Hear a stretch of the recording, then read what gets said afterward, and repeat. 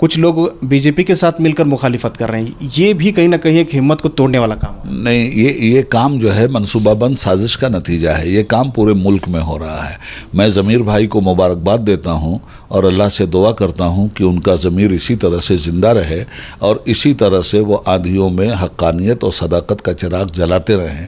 رہ گئی بات کچھ مسلمان بھی مل کر کے مخالفت کر رہے ہیں، تو ایک شعر سن لیجئے، مظفر کیا بتائیں انقلاب دہر شاہد ہے، مسلمانوں کے ہاتھوں ہم مسلمانوں پہ کیا گزری۔ تو اس طرح کے منافق ہر دور میں رہے ہیں، اور حکومت ہند نے ایسے منافقوں کی ایک بہت بڑی تعداد جمع کر لی ہے، اور جس کی سربراہی حکومت ہند اجمیر شریف درگاہ معلیٰ کے دیوان کے ذریعے کروا رہی ہے۔ یہ دیوان گورنمنٹ کا ملازم ہوا کرتا ہے۔ یہ نقلی صوفیوں کی ایک بہت بڑی جماعت انہوں نے تیار کیا ہے، نقلی مولویوں کی، نقلی داڑھی اور ابا قبا کی، امامہ اور صافے کی۔ یہ باقاعدہ ٹی وی پہ بیان دے چکے ہیں کہ اس بل میں کوئی قباحت نہیں ہے، اس کو ضرور پاس ہونا چاہیے۔ تو اس طرح سے قوم کے غدار اور گورنمنٹ کے دلال جو نام مسلمان رکھتے ہیں اور کام اسلامی شریعت کے خلاف کرتے ہیں، ایسے لوگوں کا سامنا تو ہر دور میں کرنا پڑا ہے، اس دور میں بھی کرنا پڑے گا، مگر انسان نہیں جو گھبرائے ماحول کے خونی منظر سے۔ اس وقت پہ جینا لازم ہے جس وقت پہ جینا مشکل ہو۔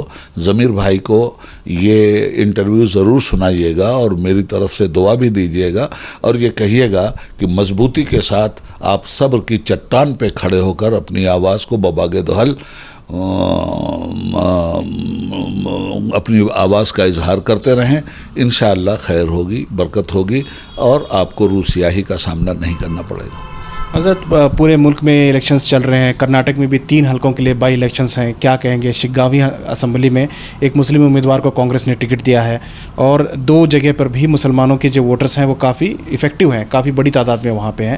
کیا میسج ہے آپ کا ان انتخابات کو لے کے، اور مہاراشٹر کے انتخابات کے تعلق سے بھی آپ کیا کہیں؟ دیکھیے، ملک تو سیاسی اعتبار سے 2 حصوں میں تقسیم ہو چکا ہے۔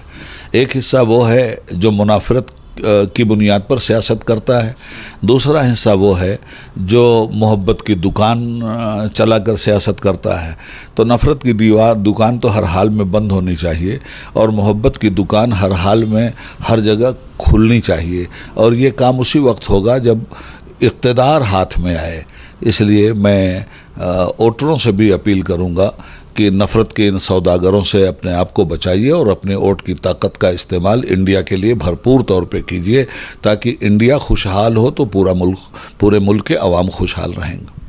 بہت بہت شکریہ آپ کا، بہت سارے سوالوں کا جواب حضرت نے دیا، اور ملک کے حالات کو لے کے کس طرح سے آگے بڑھنا چاہیے تمام لوگوں کو، نہ صرف مسلمان بلکہ ہر مذہب کے لوگوں کو کس طرح سے آگے بڑھنا چاہیے، کیا قدم اٹھانے چاہیے، اور حالات حاضرہ پر تفصیلی گفتگو ہمارے لیے۔ آگے بھی ہم لوگ آپ کو اس طرح کے اپڈیٹ دیتے رہیں گے۔ کیمرہ پرسن سمیر کے ساتھ شاہد قاضی، بنگلورو۔